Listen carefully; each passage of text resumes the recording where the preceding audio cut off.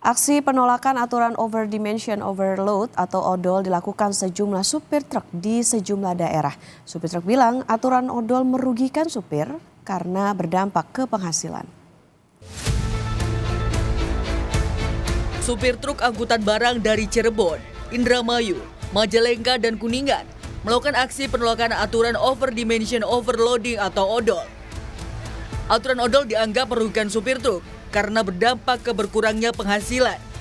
Dalam aksinya, mereka memasang spanduk di badan atau depan truk dan memarkirkan truk di bahu jalan hingga menimbulkan kemacetan.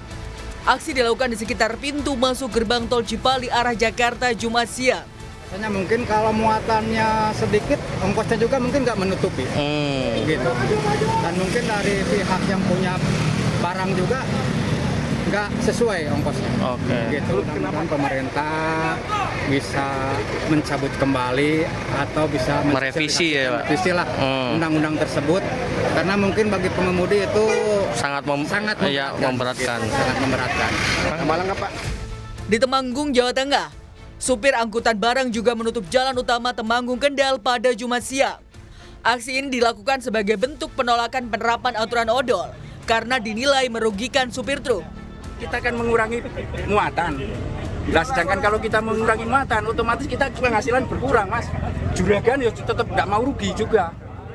Aksi penolakan aturan odol juga dilakukan supir truk di Kendal, Jawa Tengah. Demo yang digelar di depan gedung DPRD Kendal awalnya berlangsung lancar. Suasana mulai memanas saat sejumlah supir memblokir jalur Pantura Kendal sehingga membuat kemacetan panjang. Aksi perlawan dilakukan supir truk saat polisi meminta mereka memindahkan truknya ke pinggir jalan. Dalam aksinya, supir truk meminta penyesuaian tarif angkutan jika kebijakan odol diterapkan. Kita di sini cuma cari makan. Sebenarnya kalau kita muatan berat atau tinggi sebenarnya kita nggak mau.